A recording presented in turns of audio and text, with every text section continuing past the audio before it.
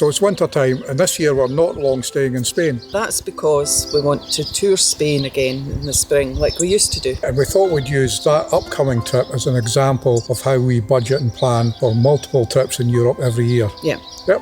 So we don't mind camping in Scotland in the winter, but it's -4 out there this morning. Last camp it was -7 degrees centigrade. It's these big European trips that fire us up, and we've been spending 2 or 3 months touring Europe for the last 15 years. This is our 15th year. And like most people we've met over these years, it's done on a budget. Some people don't have to budget, but most do. And to be honest with you, the people in the budget are having the most fun. But they're not just budgeting for that trip. Like us, they're budgeting for the next one and the next one after that, sometimes years ahead. And that is where that video came to a halt, eh?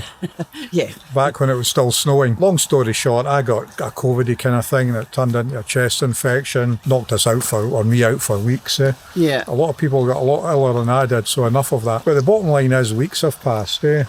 Just a few. Just a few, and we're so close to going to Spain now. I think we should include talking about budgeting and planning in those videos now. Yeah. Mm-hmm. Our objective is always to do the most amount of work we can at home, so we're doing the least amount of work away when we're away, so we're in the moment, aren't we? So in this video we're heading down to Campbeltown in the Kintyre Peninsula, a place we love, the place we still call home. Even though we've not lived there for 40 years, it's still home. So also I want to talk about how we are able to do this at all. Because we're not state pension age, yeah? Mm-hmm. We don't have any company pensions or public sector pensions. And the reason we're able to do this is actually because of really bad luck, not good luck. And I want to talk about the way that the attitudes that we picked up in Campbeltown helped us to deal with that. Mm-hmm. Yeah? Yeah.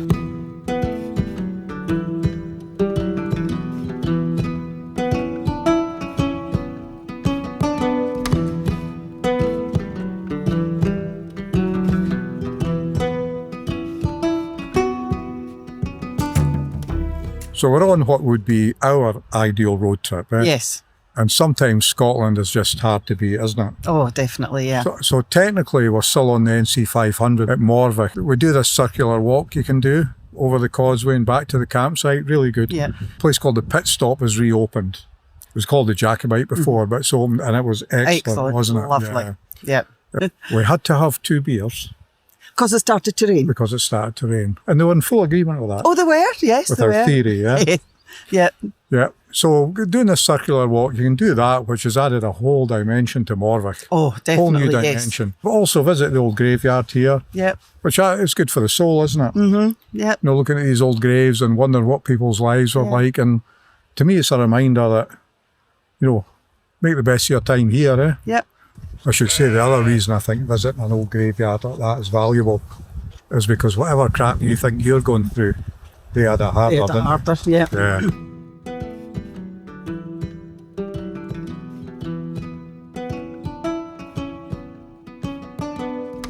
So Morvich's our first stop on what would be our ideal road trip, leaving Inverness. Yeah. And to get here, we've come what the locals call, what we call the North Road. Yeah. So it's across the Keswick Bridge, up through Continengarve, and it'll take you out just north of Elandonnan Castle. Yeah. So that's a good visit, Elandonnan Castle, and then down to the campsite here at Morvich, you know. Now, the North Road has got a little bit of single track, a little bit of steep hills. Yeah. It's not too bad, you know. There's good line of sight on the single track between laybys, which isn't always the case on a lot of the North Coast 500 route. Okay, so this is not what it looks like.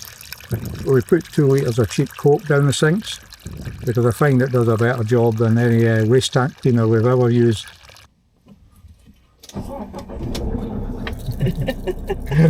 Lovely wee family. Lovely wee family. So that was lovely, wasn't it? So our little family camped up next to us last night with 2 little girls. Had a wee game of football with them this morning, didn't we? Love kids, don't we? Yeah. Love to see kids on a campsite. Love to see them, yeah. On European campsites, you generally see more kids, so it's nice, you know. Especially, I don't know how many kids we've interacted with in campsites and we don't even understand the language, you know. No. Doesn't matter with a kid, does it? We just want to kick a football about with chase you around in my case somebody chased me around the campsite, yeah. Anyway, our wee road trip that we would take. We're leaving Morwick now, and we're going to head down the Great Glen, You have to go. and then we're going to go down the Oban Road, and then down into Kintyre, which I think is quite possibly the most scenic drive in the UK and quite possibly in the world. Yeah. Yeah.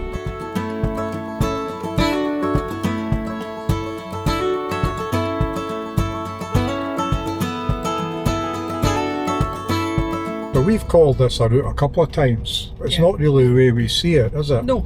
So the trip we're taking now, you could do it in a day, couldn't you? Oh, aye. A hard 12-hour day, you could do it. Inverness, right round, back up again. But equally, you could spend weeks here Yes. on this route, you know.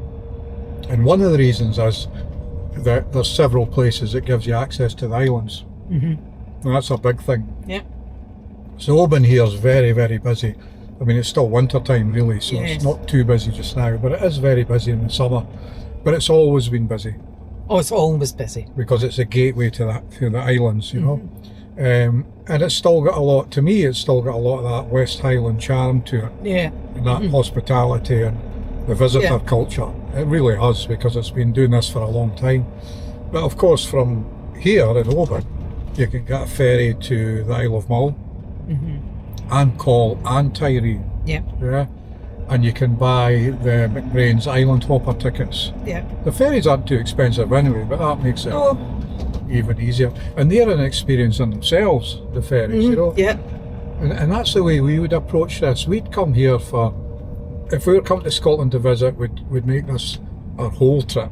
Yes. This area, most of this area we call Argyll and Kintyre. Yeah. Because you can visit the islands as well. Yeah, that's right. Yeah, that's what I would do.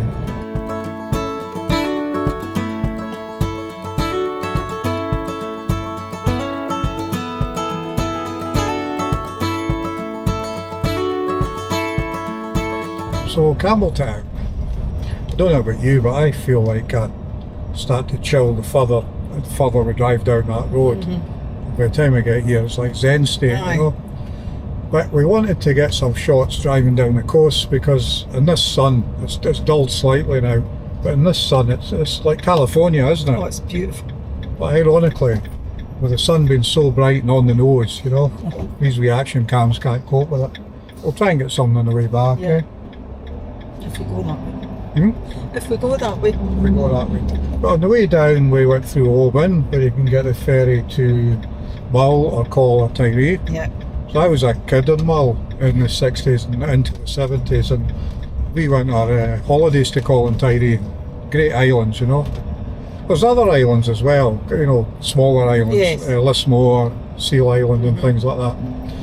And then just south of Tarbert, way past Kennaicraig, where you can get the ferry to Islay. And then just past that, or just north of Campbeltown, was Tainloan, where you can get the ferry to Gia. They're all fantastic islands to visit, you know. That's what, 5 islands, just in that short stretch. That's right, yeah. That you've got access to coming down this way, you know.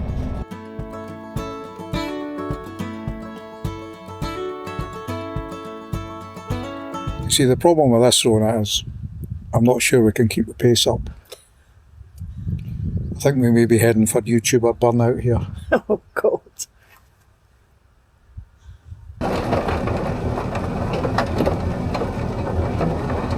And the weather has turned. We're waiting for the bus.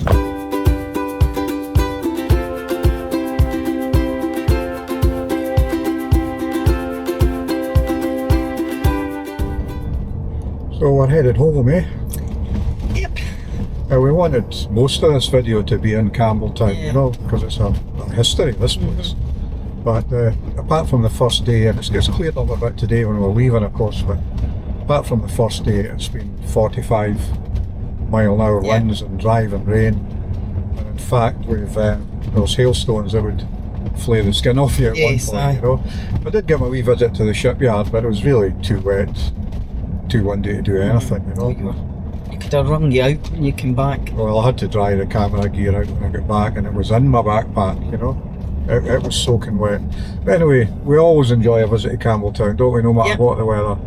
And it's that same life-affirming type of visit that it's always been, because from the young ladies in the campsite that did me the honour of having a conversation with me, to the unbelievably courteous bus driver, to the people in the shops who talk and deal with you in such a natural manner. Yeah.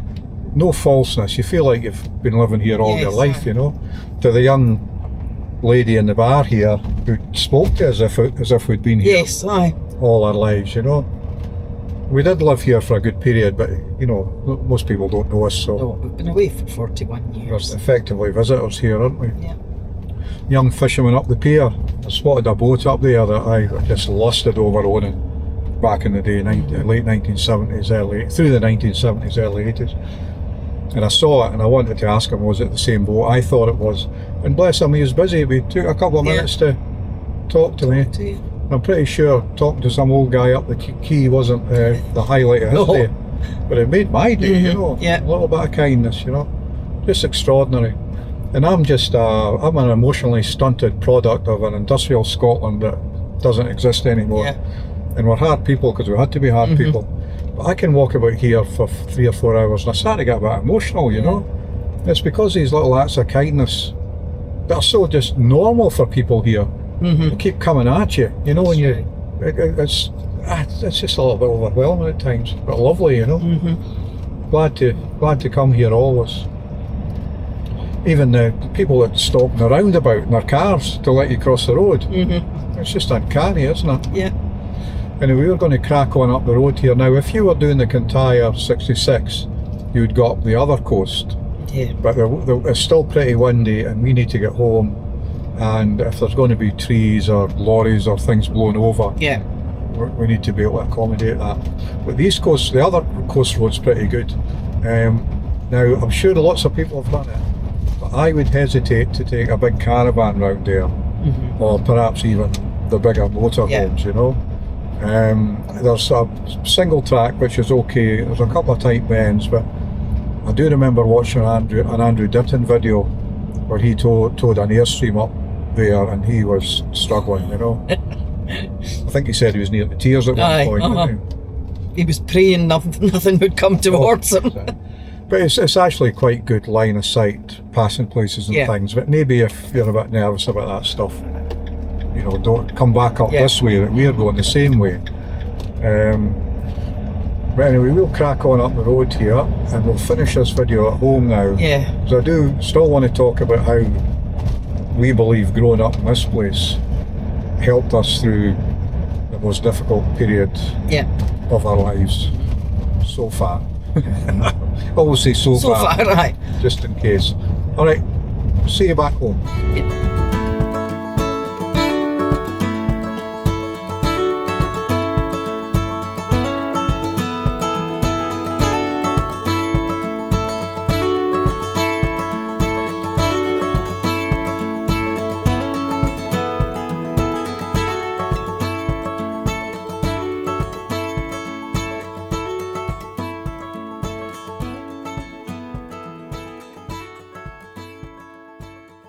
So we are home and I've come up into the forest here to apologise. I got sick again, just the cough this time, not the weariness that goes with it. I've got no underlying health issues, I'm very lucky, but it knocked me out again, you know. But we are now only 2 days away from going to Spain and we need that 2 days to get ready and to see people, especially the little ones, if you know what I mean, you know. When we get to Spain, we're going to talk about how we budget and plan for these trips, how we've been able to do this over the last 15 years, and all the little things I think that we picked up that have helped us, the things that make the difference between having in the moment holiday or having some drama. We don't like drama. And I also do want to talk about what happened to us 25 years ago, how it changed our lives, how we rearranged our lives, because we just refused to be wage slaves for the last 15 years after really losing 10 years of time, you know, because of what happened. We'll get into that in Spain. But also I feel like I've just spent the whole time trying to make this video feeling ill, you know. I only stopped really coughing yesterday. Even in Campbeltown I was down in these cough suites. That's why there's not really so much, you know, FaceTime on it, if you like. because I was struggling to stop coughing. But thankfully seem to be okay now. And could we just say a quick hi to Lou and Jax, who came and spoke to us in Tesco's yesterday. That was very kind of them. Thank you very much. They're off on their own adventure shortly. So we'll see you in Spain very soon. I won't take as long again to make a video, I promise. So take care, and a wee quick hi to Cleo and Charlie and Joey, if that's okay. And we shall catch you later. Bye.